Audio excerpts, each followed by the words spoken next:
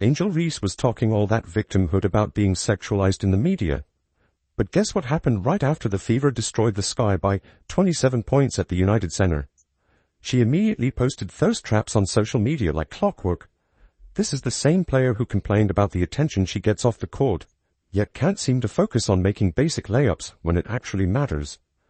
The hypocrisy is stunning, and the basketball gods served up some instant karma in front of a sold-out crowd. Picture the scene. The United Center, home of the Chicago Bulls, packed with over 19,000 fans for the first WNBA game ever played in that massive arena. You know what makes this even more incredible? The Indiana Fever walked into Chicago's house and absolutely demolished the Sky without their three biggest pieces. No Caitlin Clark, no Sophie Cunningham, no head coach Stephanie White. Just a group of hungry players ready to prove they didn't need their stars to embarrass Angel Reese on her home court. I have yet to see a single example of Angel Reese being a leader outside of rebounding her own missed layups. What does Angel Reese do? What is her contribution? You tell me, because I'm not seeing it. I know I'm harsh on Angel Reese, but she considers herself a star. If you're going to call yourself a star, I expect you to perform like a star, especially in big moments. Caitlin Clark was injured. Angel Reese was the only star on the court last night, and for 27 minutes, she completely disappeared. Let's be real about what happened that night. While everyone expected the Sky to take advantage of the Fever's missing pieces, Kelsey Mitchell had other plans.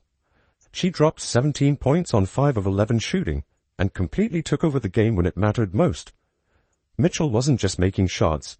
She was making statement shots that had the United Center crowd going silent. You could feel the energy shift as Chicago fans realized their team was getting picked apart by Indiana's role players. Well, there's a lot of reaction coming in from last night's drubbing, destruction, annihilation, cremation, whatever you want to call it, roasting, sauteed, whatever your form of cooking may be, but the Indiana Fever absolutely dismantled the Chicago Sky. Lexi Hull showed up ready to work, hitting shots from beyond the arc with the kind of rhythm that makes coaches smile. She even surpassed 500 career points during the second quarter, marking another milestone in what's becoming a breakout season. Hull's shooting efficiency was exactly what the Fever needed to stretch Chicago's defense and create easy opportunities for her teammates. Speaking of Reese, this was painful to watch. She managed just 4 points on 2 of 7 shooting, which works out to a brutal 28.6% from the field. These weren't contested shots or difficult looks. We're talking about the kind of layups that high school players make in their sleep. Reese was a -20 for the game, meaning the Sky got outscored by 20 points every time she stepped on the court. Her teammates could only watch as she clanked shot after shot while the Fever pulled away. Natasha Howard added 13 solid points. And get this, Ari McDonald, who just signed a hardship contract, came in and dropped 12 points with 4 steals. McDonald looked more comfortable in her first game with the Fever than Reese did in her own building. That's the kind of depth and preparation that separates championship organizations from teams that rely on social media drama to stay relevant. The crowd started heading for the exits before the fourth quarter even ended. Think about that for a second. Chicago fans paid good money to see their team play in the biggest arena in the city, and they couldn't stomach watching the final minutes because the beating was so thorough. Some fans were even asking Caitlin Clark for autographs during warm-ups, which tells you everything about where the real star power was sitting that night. This wasn't just a loss for the Sky. It was a complete breakdown of everything they thought they knew about basketball. The Fever's role players outworked, outshot, and outplayed Chicago's supposed stars without breaking a sweat. When the final buzzer sounded on that 27-point massacre, it sent a clear message about which franchise has its priorities straight and which one is still figuring out the difference between basketball and Instagram content. But here's what makes this beating even more embarrassing for Angel Reese and the Sky. This wasn't even their worst performance against Indiana this season. Folks, there were people in the crowd getting there early saying, "Hey, Kaylin, can you sign my jersey? Hey, Aaliyah, can you sign my shirt? Hey, Sophie, can you sign my picture?" There were people asking for autographs in the Chicago Sky crowd that weren't even born yet. The last time the Chicago Sky scored this little amount of points, there were people in the crowd who weren't even a thought in their parents' minds.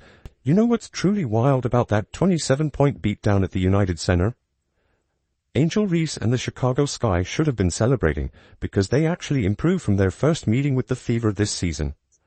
Back on May 17th at Gainbridge Fieldhouse in Indianapolis, the Sky got absolutely demolished by 35 points in a 93-58 massacre that made the recent loss look like a competitive game. Let's take you back to that May afternoon when Angel Reese thought she could get physical with Caitlin Clark and intimidate the rookie into backing down. The tension was building throughout the game as Reese tried to establish her presence through hard fouls and aggressive play. She was talking, she was pushing, she was doing everything except making shots when her team needed them most. You could see her trying to get inside Clark's head with the kind of antics that work in college but fall flat against professional players who've seen it all before. This is where it gets interesting. While Reese was busy playing enforcer and apparently hearing crowd noises that may or may not have existed, she completely forgot about the part where you're supposed to actually play basketball. Her shooting performance that night was a painful 2 of 7 from the field for just 12 points. She grabbed 17 rebounds, which sounds impressive until you realize most of those came from her own missed shots and her teammates' struggles to convert easy opportunities. The Fever responded to Reese's physical play by doing what championship teams do. They let their basketball do the talking. Every time Reese tried to make the game about drama and intimidation, Indiana answered with crisp ball movement, efficient shooting, and the kind of professional composure that separates contenders from pretenders. The Fever didn't get drawn into Reese's theatrics.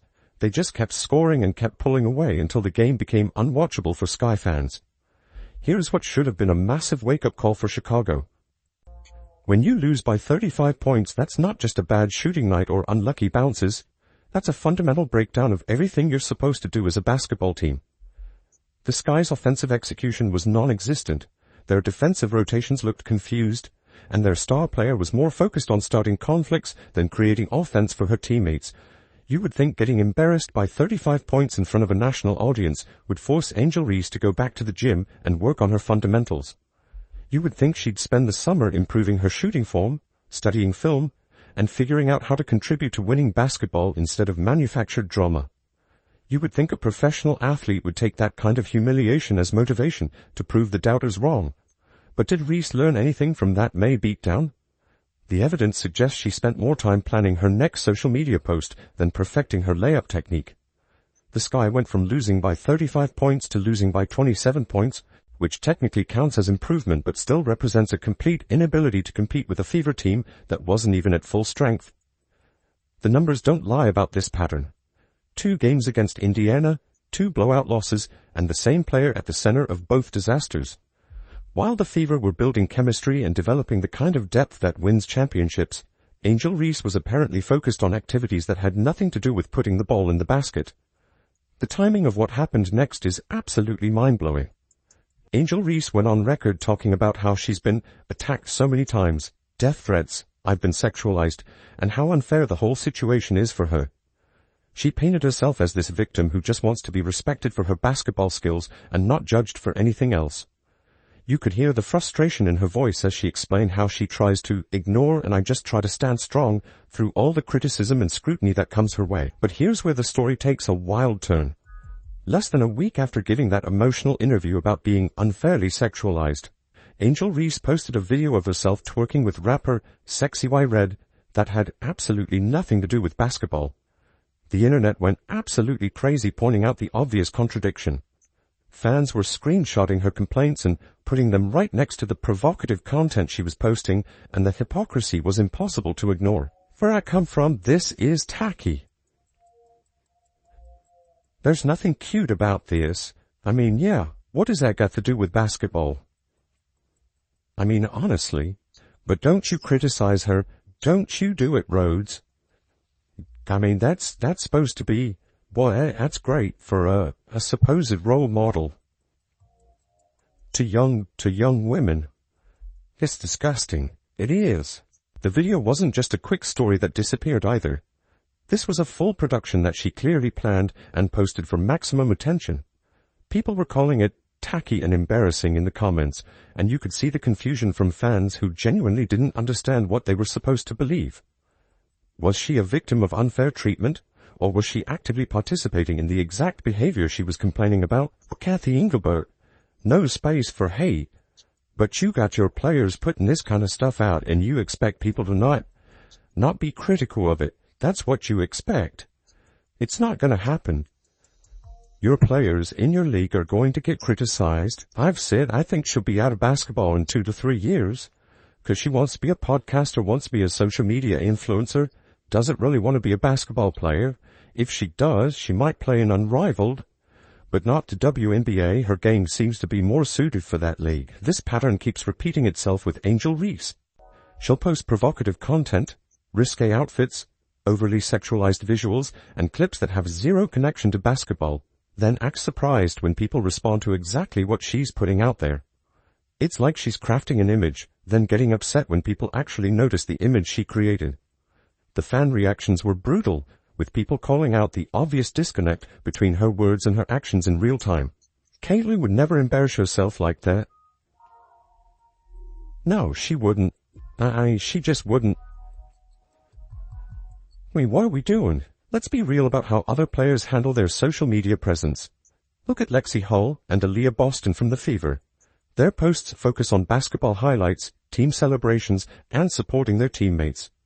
When they share personal content, it's genuine moments that don't contradict everything they've said about wanting to be respected as athletes.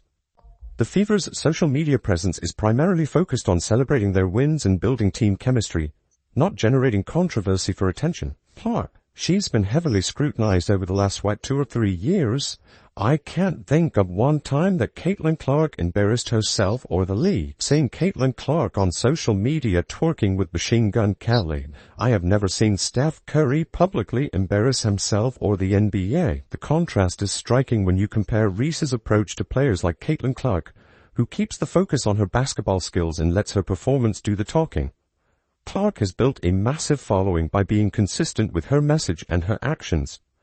She doesn't complain about attention while simultaneously seeking that same attention through provocative posts that have nothing to do with her sport. You know what the real problem is here? When you're spending time planning thirst trap content and managing social media drama, you're not spending time in the gym working on your shooting form. The numbers from both games against the Fever tell the whole story. While Angel Reese was focused on everything except basketball, the Fever players were developing the skills and chemistry that win games.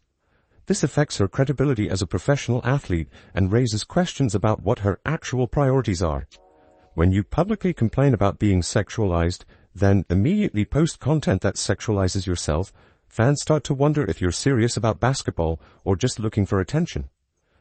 The basketball gods seem to notice this contradiction too, and they delivered the perfect response through back-to-back blowout losses that exposed exactly where her focus really was. What an outfit Angel Reese was rocking. She put a lot of time, a lot of effort into making sure her ensemble was on point. Are my boots matching my jacket?